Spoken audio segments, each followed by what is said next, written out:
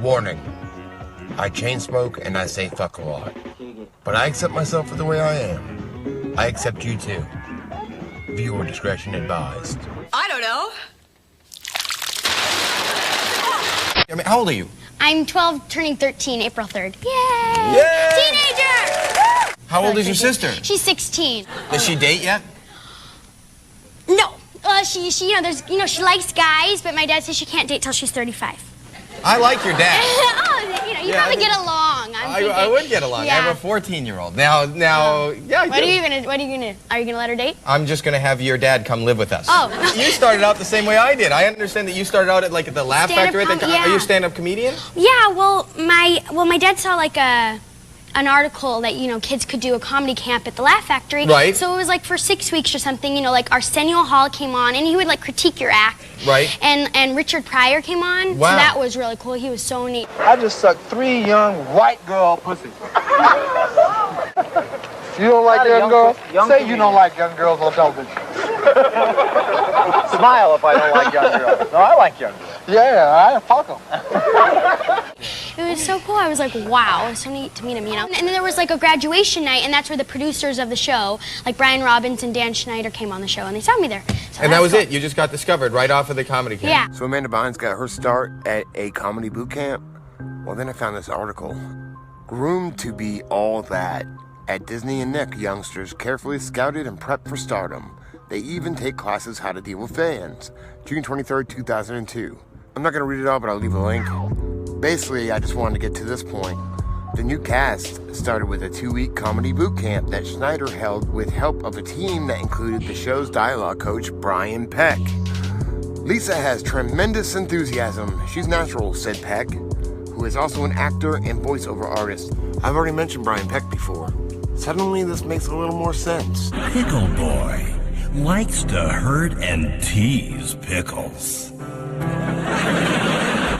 Pickle Boy, the best pickle boy in the world. As he strolls through Hollywood, X-Men and Living Dead actor Brian Peck does not seem to have a care in the world. At regular horror conventions, Peck has a lengthy and continuing Hollywood career and claims a friendship with Charlie Sheen. Most disturbingly, he is only prohibited from direct contact with children, not from being part of productions in which children are acting, meaning that since being convicted, he has worked on Disney show and horror movie set in high school. He played a sex ed teacher, according to the movie credits. I can't make this shit up.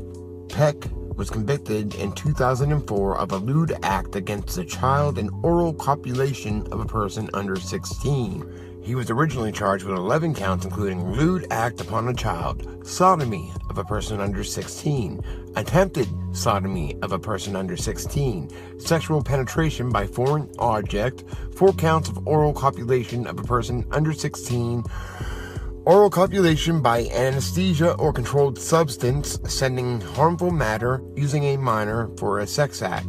He was convicted in October of 2004 and sentenced to 16 months in jail, but after completing his sentence, returned to Hollywood and resumed his work as an actor and dialogue coach. According to IMDb, he has worked on several children's shows since he got out. Speaking about his friendship with Sheen in a 2012 interview, Peck said, "Currently I'm working with Charlie Sheen as a dialogue coach on his new sitcom Anger Management.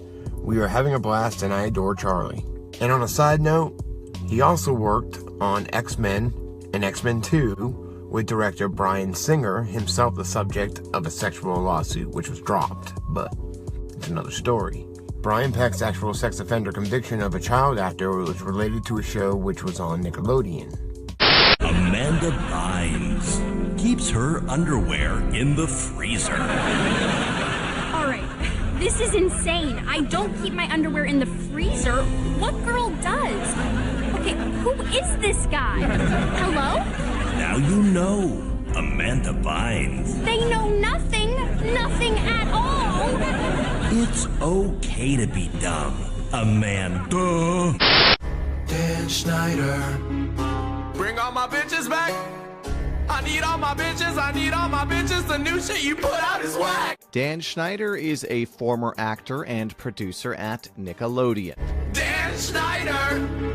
I'm just trying to get an erection, but now that these kids look at 13 and under, my penis will suffer! He is responsible for nearly every one of their biggest successes in the last 20 years. Dan fucking Schneider! Schneider! This ain't a fucking game, bitch!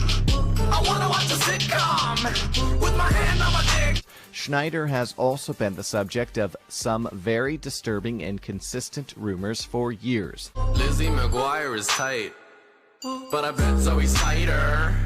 You can find me in her bed, dig it through that vagina. There are stories of his foot fetishes and how he acts them out on young extras alone in his office. A little bit of weed, hard liquor for the ladies, got me feeling like a young Dan Schneider from the 80s with a Jewish law firm and an all-black Mercedes, and she playing with the balls like Brady. There are stories about his relationships with his underage teenage stars and how they led to spin-off shows for the girls or blacklisting for those who didn't participate.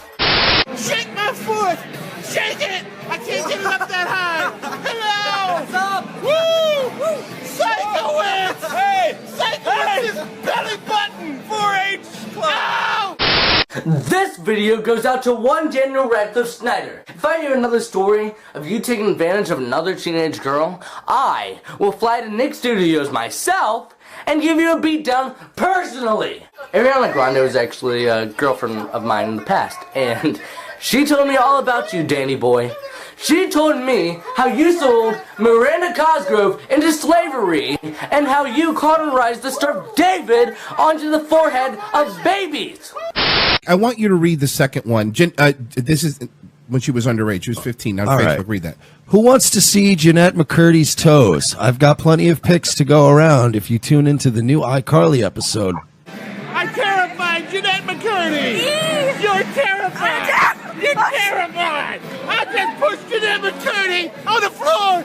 Now I got her foot and I'm dragging her about! Schneider came up quite a few times with some of the people that I worked with, and this guy is just an absolute scumbag. It goes far beyond feet. He would have pool parties and invite all the kids over and be like, "Oh, we'll just take care of the kids. No adults need to come over."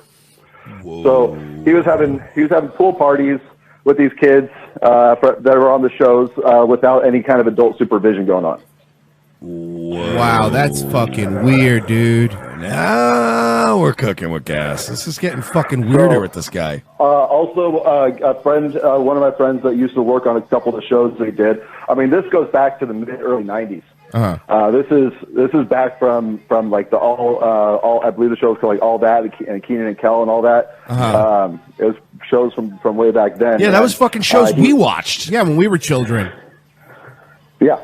And he would spend extremely large amounts of time alone with the kids in their dressing rooms, and without any adult supervision in there either.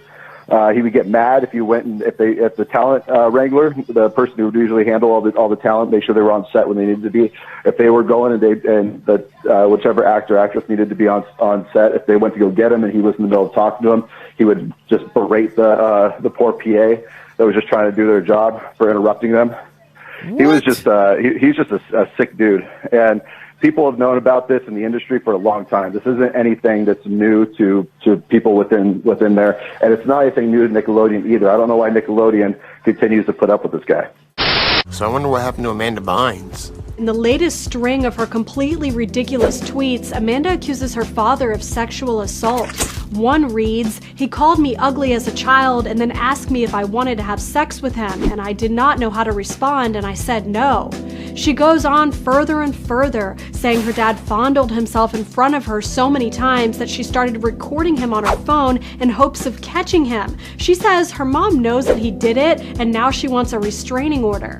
Amanda Bynes' audio recording, "I'd like to kill my family." So to be more specific, she was in a car with her roommate, and her roommate recorded her unbeknownst to her, and we all heard her rant, right? Where she was talking about slitting her mom's wrists and had dreams about killing her dad. If your father was my father, exactly, like then you would understand why you'd want to slit his wrists and quite frankly, be be like literally like, this is where I go stupid, like I just want to like, I don't want to shoot my father in the face, and that's why I said I want to like strip for him as a joke.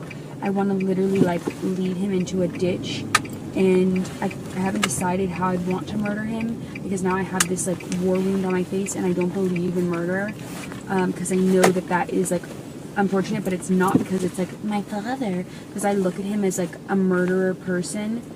It's like I literally like, it's like he literally like is the worst person, and he tries to match me, like, and it's like nothing would give me greater pleasure than like I guess slitting his throat. That's what I would love. So like I'm not gonna like ever do such a thing, but like I call my mom and like I threatened like to kill her, and I threatened to slit her wrists, and I threatened to like burn down her house, and like I said a bunch of shit that like quite frankly like I've never felt better, like, or in a long time. I didn't think one unnatural thought, and so like I gotta just keep up. Like I'm gonna continue telling you guys I'm gonna murder my family, like, because that's the thing. Like they're in control of my money, and that's why I don't have much money right now. Like I don't need to brag to you guys. I'm a braggart. I don't like braggers. I've already covered Marty Weiss before too, but honestly I didn't really know that he managed children in Nickelodeon. Now, this Marty Weiss, apparently he used to teach private acting classes at his home. Parents would drop their kids off and wait outside. A reporter talked to Weiss's neighbor. Watch this. Marty would just say they were in there watching movies or whatever. They go out bowling. I never got a weird feeling. Never, never, never. You know, Marty always said he was just a big kid at heart. That's a horrendous thing. It's sickening when you think about that. You know, and I'm kind of upset with myself that I never suspected it. And another one from Nickelodeon, Jason Michael Handy, former Hollywood production assistant at Nickelodeon and convicted sex offender. Jason Michael Handy was arrested on 3 counts of indecent liberties with a child and 2 counts of sex offender registry violations, according to a news release. Handy was sentenced to 6 years in prison in 2004 after pleading no contest to 2 felony accounts. One of lewd acts on a child and one of distributing sexually explicit material by email, and to a misdemeanor charge related to child sex exploitation. In California, he was a production assistant at Nickelodeon and volunteered at a Malibu church. Handy used the hopes of at least 2 girls who dreamed of careers on TV to sexually exploit them. They had arrested a guy, Jason James Murphy, who had worked with kids as a casting director, and he had a history as a registered sex offender. And director J.J. Abrams was the one that found out about that. Jason James Murphy. I don't know if he was connected to Nickelodeon, but he did help cast for movies including Super 8, The Three Stooges, and School of Rock. I also wanted to note he helped cast for Superman, another film connected to Bryan Singer. Well, this guy stood out to me because he casted for School of Rock, and that's the only reason my old ass knows who Miranda Cosgrove is in the first place. You say nice things about me? Because I will tase her if necessary. Uh-oh. I have the taser. We haven't had to use it in a long time. But I said lots of nice things. No, I said nice things about you, too. Oh. That's going to get on TV. What? That's going to get on TV. You get me. You never get me. I just did. Oh my god. Oh my gosh, that scared me so. Yeah, I think that's more beyond. You orange? Are you official orange from now on? Fucking stoned. I got a motherfucking spaceship. Oh, fuck. Oh,